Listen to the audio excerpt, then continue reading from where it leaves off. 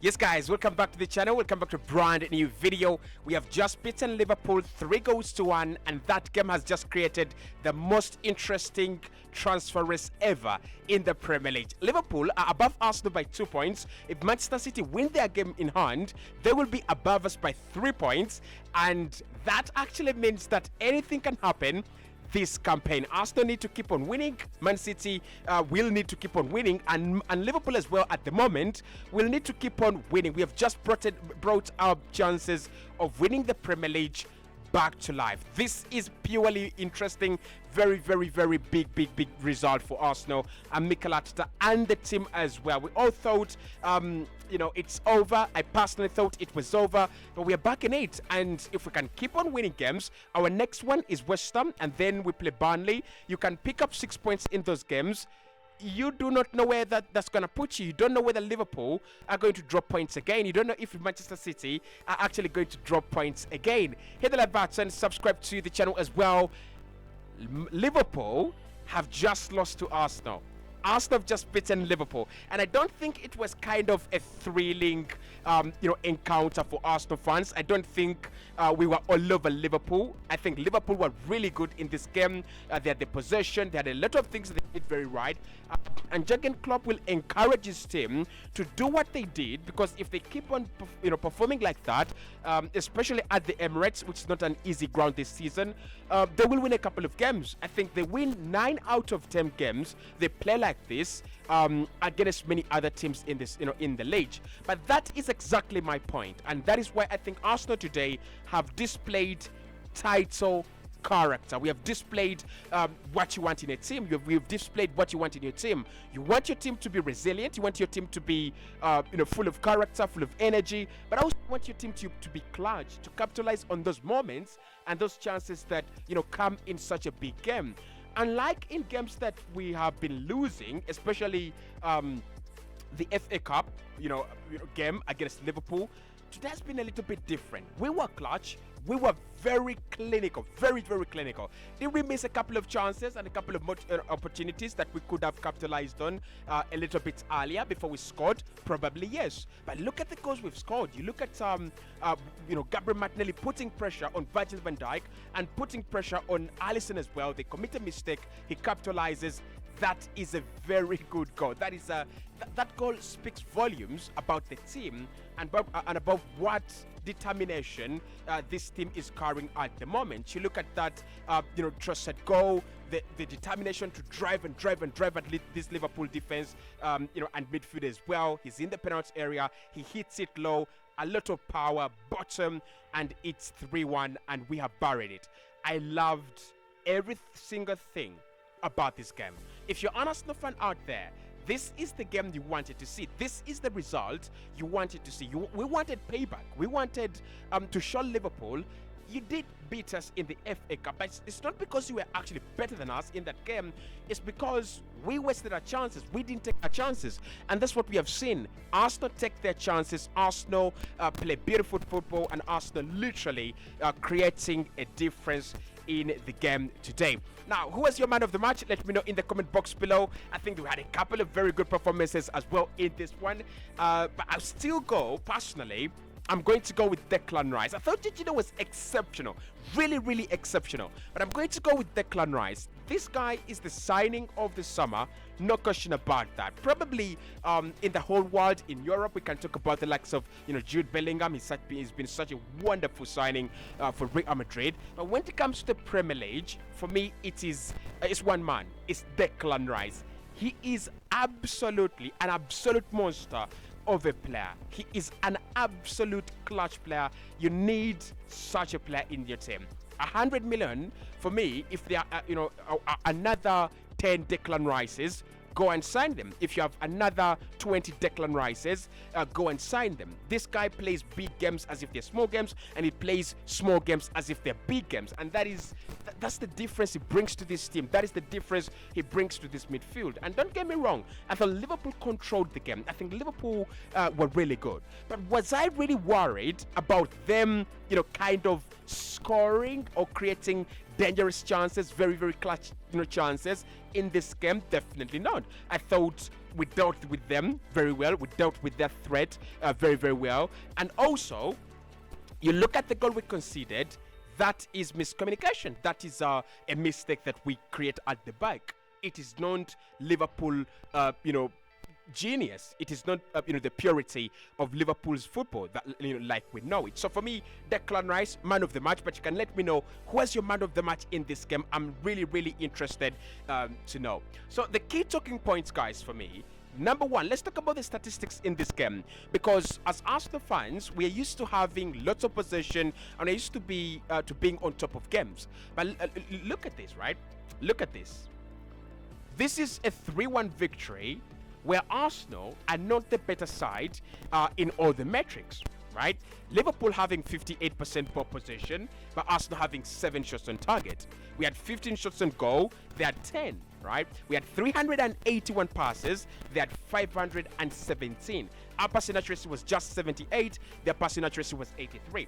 What does that tell you? That actually means that although Liverpool came and dominated this game, although Liverpool came to show Arsenal we are good at keeping the ball, Arsenal came to show we are actually better at using the ball in these clash moments, right? I think it's kind of a swap. It's kind of a vice versa for what we saw in the FA Cup, I think 4th round or 3rd round, and what we have seen today.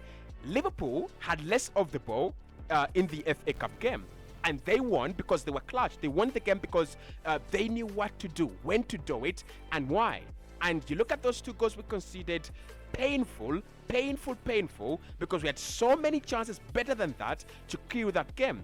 But Liverpool were clutch, and yeah, they walked away with a progression to the next round, which they are actually off as well.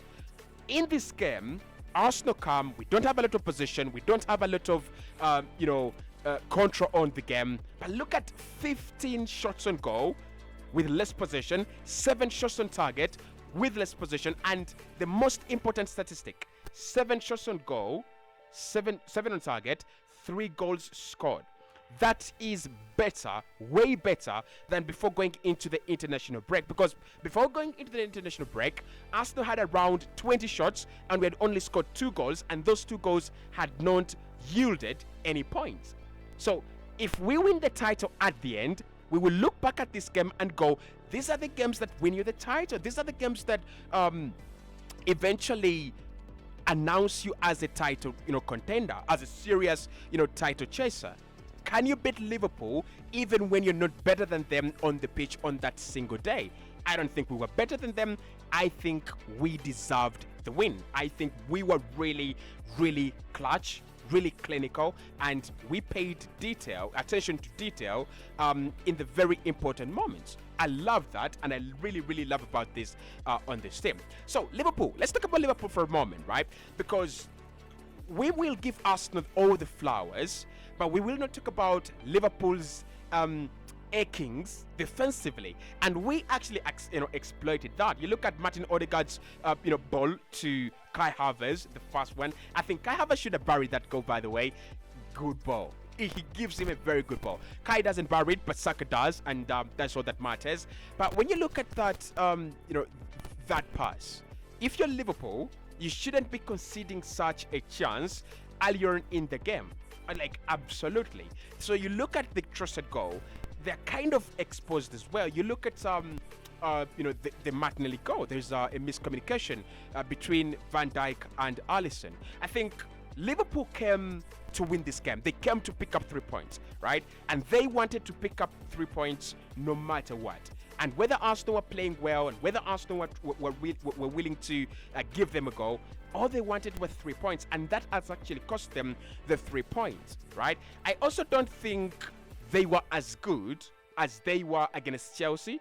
Probably, that Chelsea game took a toll out of them. Probably Arsenal's, way of play today also took a toll out of them. We were very, very energetic. We were very proactive, right? And I hope this performance does not stop here, right? Because we've seen this Arsenal team play Brighton very well. You win the game 2-0, clean sheet. You've done everything right. And then the next 3 games, you don't pick up a point. So I hope this game doesn't mean that Arsenal are not going to win another game. I also hope it doesn't mean that we're not going to play another good game. Can we build on this momentum? So are we title changes, guys? Are we on the title charge now? I mean, statistically we are. I mean, mathematically we are. My spirit and my heart are still telling me, Cossy, do not commit to this title charge. Do not give yourself hope. Do not give yourself another heartbreak at the end of the campaign. But I tell you, that's the beauty of football. And football is all about enjoying. If you beat the Liverpool and you get this result, you've got to enjoy it. You've got to love everything about this result. You've got to love everything, about Arsenal beating Liverpool, right? So this is what I'm going to say, right? This is what I'm going to say. I think the title charge is back on, right? Until when Arsenal collapse, until when Arsenal capitulate, until when one of Arsenal, Man City or Liverpool capitulate, I think we've done well. I think we're back in the title charge, and it's going to depend on our next performances. It's going to depend on how we play on the next games. In the Crystal Palace game, I say this: don't get carried away. It's one game. Let's see how we do against these other teams that are coming up. Crystal Palace, we scored 5, sorry. Liverpool, we have scored 3, and we've scored 2 against Nottingham Forest, right? I don't think our goal scoring is top-notch. I still think we need a number 9. I still think we need a prolific striker, but this is good. This is better in terms of scoring goals, in terms of creating chances, and in terms of taking chances at very, very good times.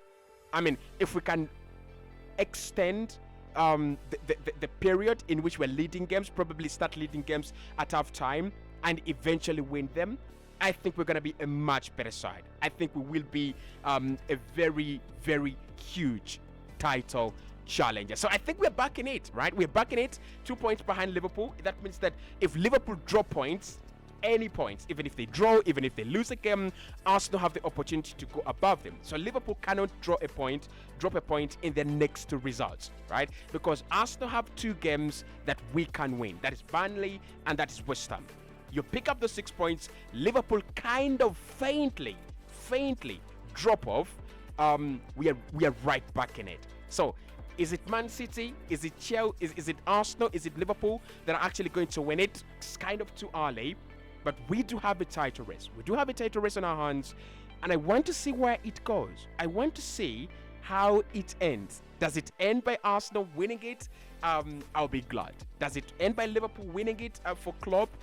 Probably. It can do that. Can Man City, go all the way? Kevin De Bruyne is back. Haaland is back as well. And that means that they're much stronger. They're much better.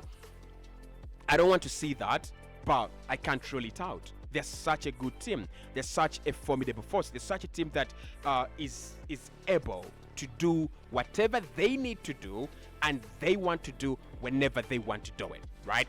A few performances I want us to talk about before we get out of this place. Number 1 is the Jorginho performance. Exceptional, really exceptional. And this was really, again, exceptional from Mikel Arteta. Jorginho and Declan Rice in midfield. In a midfield for Liverpool that didn't have Wataru Endo. They didn't have a number 6. They didn't have Dominic Szoboszlai as well. It was clutch. It was very, very good from Mikel Arteta. I loved that. It's about capitalizing on the weaknesses of your opponent, right? So I thought Curtis Jones was good. I thought the midfield from Liverpool was actually good. But did they actually, announce themselves? Did they actually exert a lot of dominance on this Arsenal midfield? I don't think so. I thought Jorginho was good, and it's one of the reasons as to why we're talking about an Arsenal win right about now. Secondly, is Declan Rice in that midfield. Really good. Really, really, really good. I thought Declan Rice, for me, man of the match. 1 season here, and he's already leading Arsenal into a second successive title charge. That is not easy. That is absolutely not easy. Mentally, emotionally, we are a little bit young. You could see it. At times, the pressure really gets onto us. But this is the second season running that we are beating Liverpool at home. And this is the second season running that we have not dropped, we have not lost the game to Liverpool in the league, home and away. That is actually impressive. really, really impressive for me. So yeah, I'll go with I'll go with Declan Rice as well. Super performance. Let's talk about this guy. Let's talk about this guy, Kai Havertz, right? So many people will not actually talk about him because he didn't score, and probably they don't like him. But today, Kai Havertz playing up top created a lot of decision-making problems for Liverpool, especially when do we mark Kai Havertz? How do we mark him? And I think the question they will have asked themselves most of the time, who marks Kai Havertz? You look at the first goal, he receives the ball in between space. He's in space, but he's in between Virgil van Dijk and Konate. And none of them takes the responsibility to actually pick him up. And he's through on goal. Alisson makes a very good save, but he cannot actually save the rebound from Saka. I thought Mikel Arteta, very, very good decision making to play Kai Havertz in this game. Very good. But also Kai Havertz, his movement, the way he was, always on the ball. And he did get a couple of opportunities where he could have laid it off a little bit earlier before trying to, win penalties. But I like the way we play right about now. This Arsenal team is cooking. And if you like cooking, please do subscribe, because a subscription on the channel will be a cooking.